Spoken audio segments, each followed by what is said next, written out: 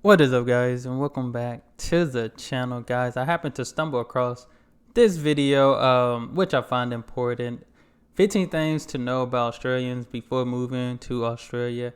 One thing I do know, Australians, take pride in their country and their standards of the Australian way, I would say. I do appreciate, especially in that last video, I kept saying the wrong name. I kept saying an emu instead of emu.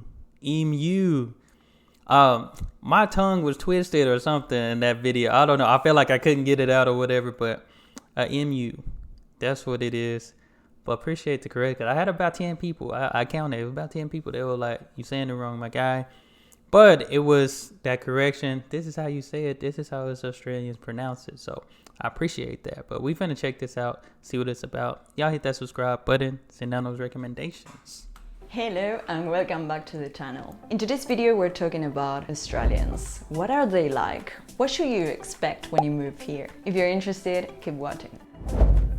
Living simply Australia. Something that caught my attention when I first came to Australia 7 years ago is that people are very, very friendly. I never forget my first week here. That's I was good. walking down the street, completely lost, looking for the supermarket. And suddenly a very lovely Australian couple approached me and they asked me, "Are you lost? Do you want some help?" And they helped me to find the supermarket. And That's how good. amazing was that? I didn't ask for any help, but they just came and helped me.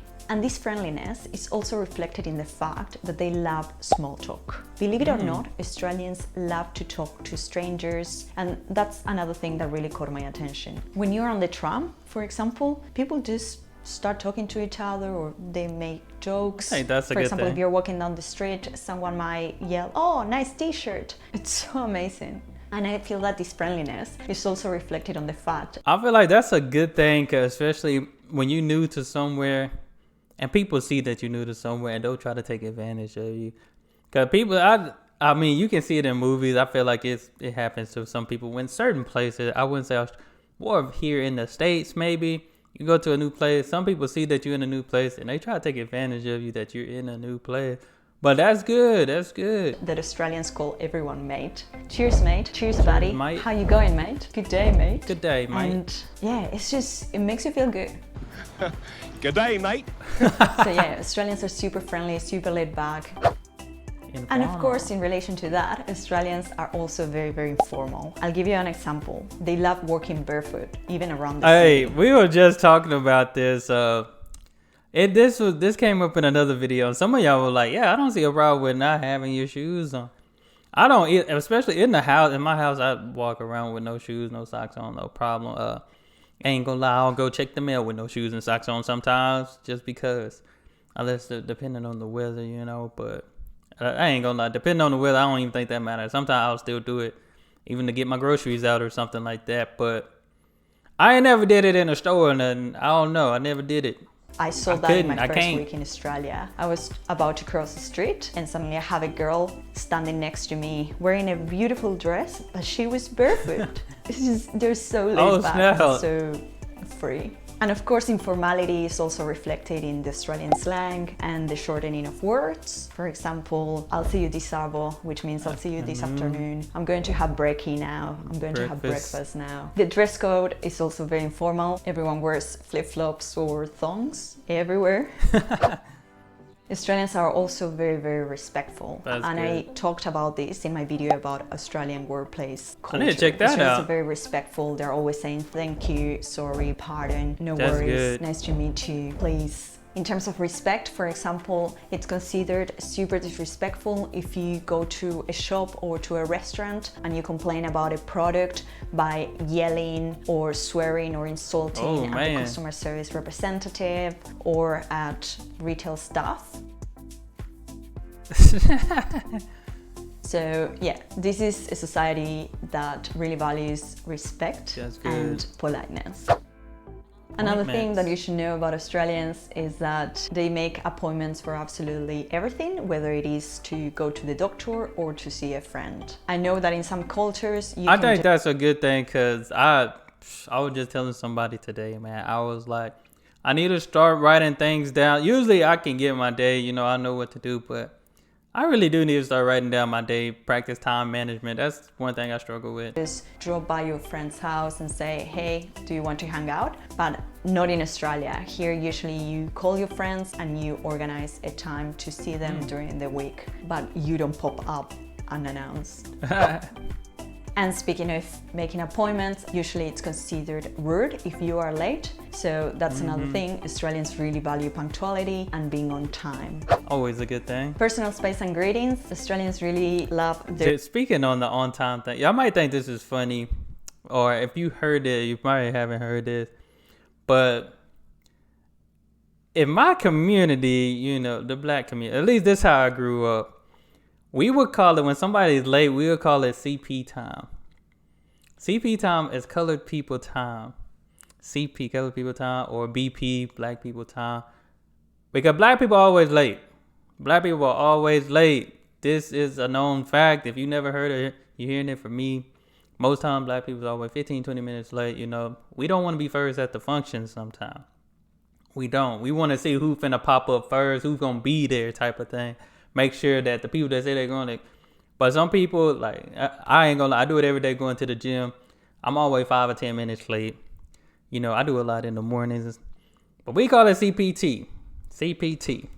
That's what it their is. privacy and their personal space. So this means that if you're talking to someone, you do so by keeping a bit of distance. Or for example, if you're in line, you keep a bit of distance as well. Too much proximity sometimes can feel a bit uncomfortable. And this of course goes for greetings as well. When you meet someone for the first time, you don't kiss them on the cheek or you don't hug them. You usually say, hey, how you going? Good day. Or you shake their hands. If you know them and they're your friends, What it do? you can give them a hug, and that's usually the case, especially with women. Guys usually just shake hands, even if they know each other. Also, when you shake someone's hand, and this is the first time you've met them, you usually say, nice to meet you too.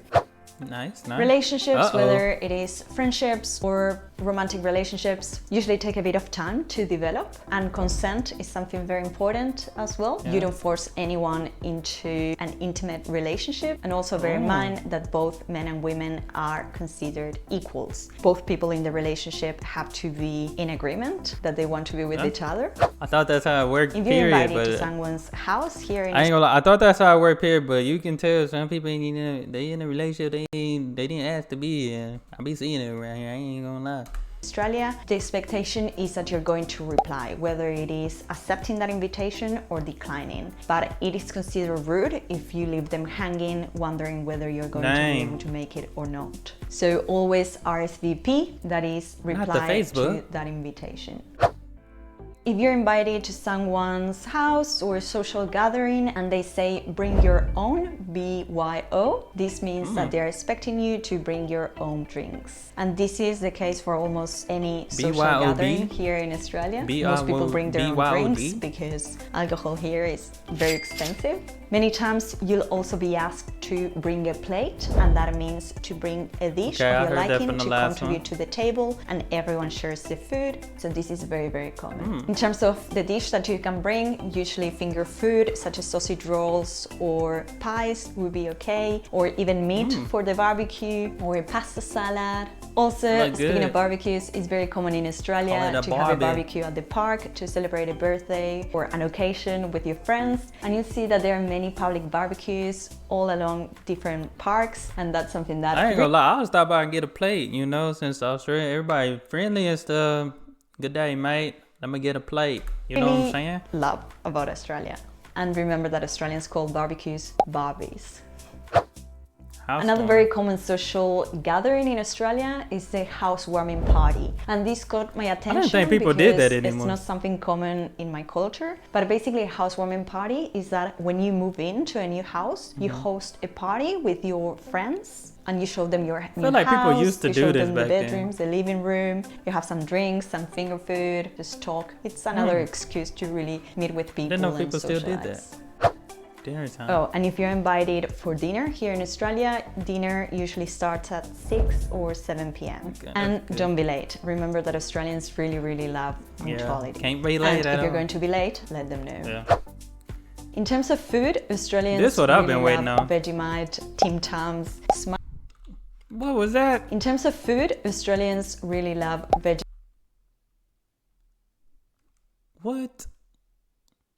Is that chocolate? But she got a tomato. Surely that ain't chocolate and tomato. Maybe it's like a chocolate spread. Tim Tam. That look pretty good. Smashed avocado. Okay, I had some avocado there.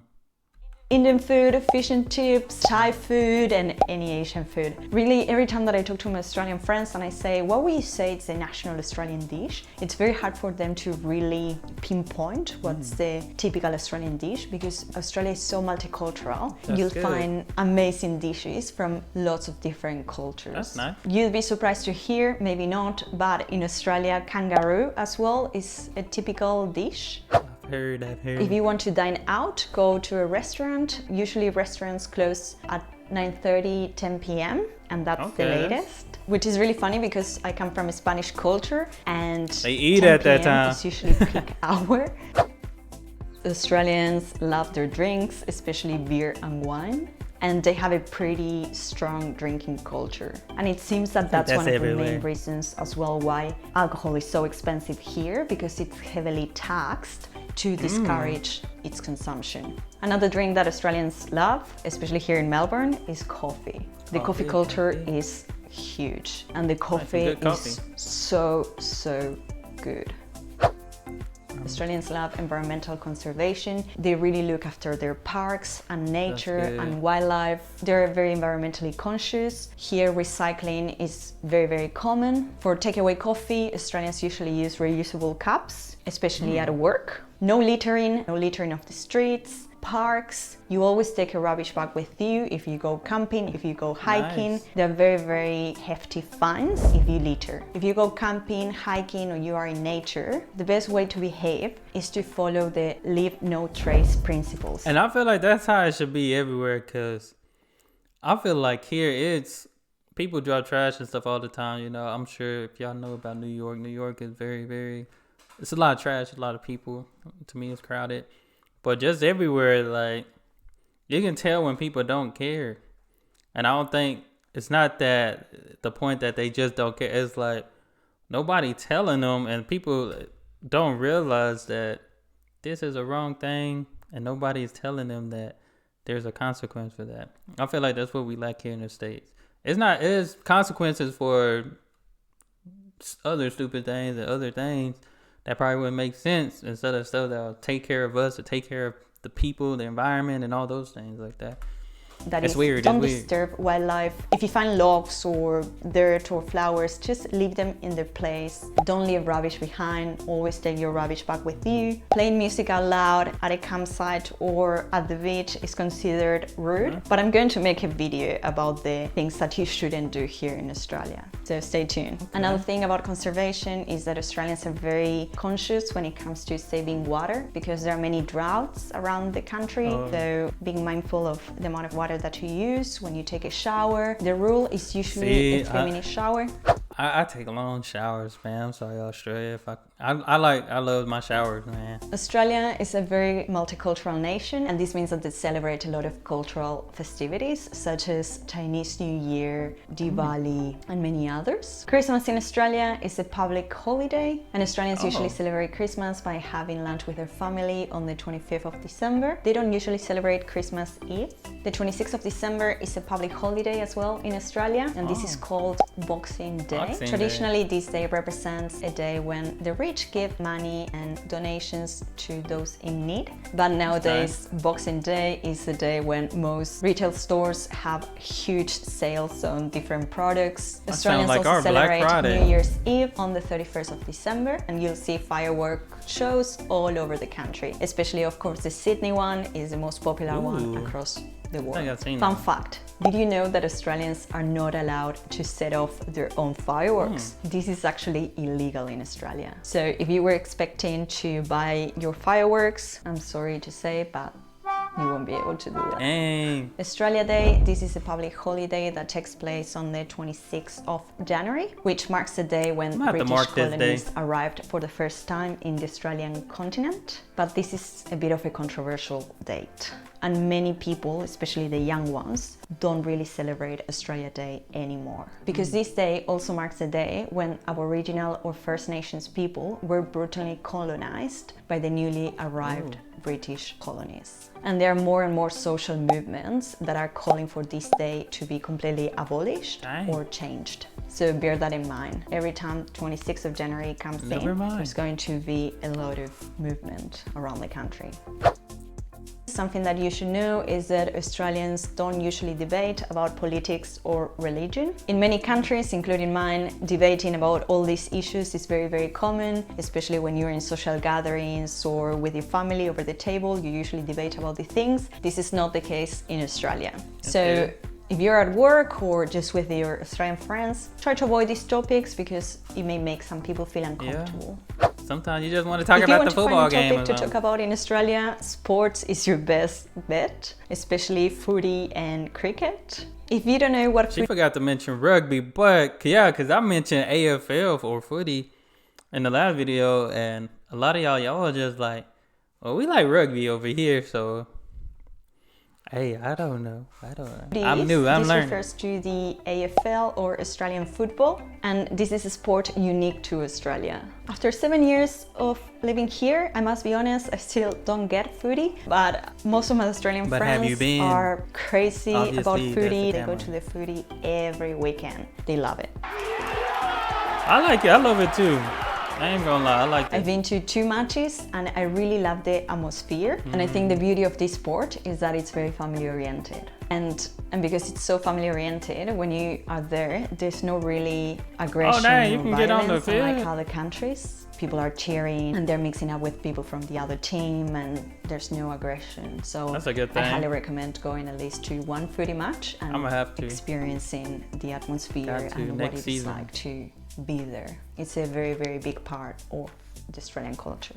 This is all for now. If you like this video, please like and subscribe. It really helps to support the channel. If you have any questions or other... No, this was good. This was real good.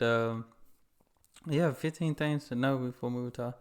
These are some key things. But she did break it down. I thought this... she pretty much... She knew her stuff because the BAM fam... what she said, the BAM fam said also, so... That's how you know, hey, when two people say the same thing, it gotta be right, you know. But yeah, man, time management, something I struggle with.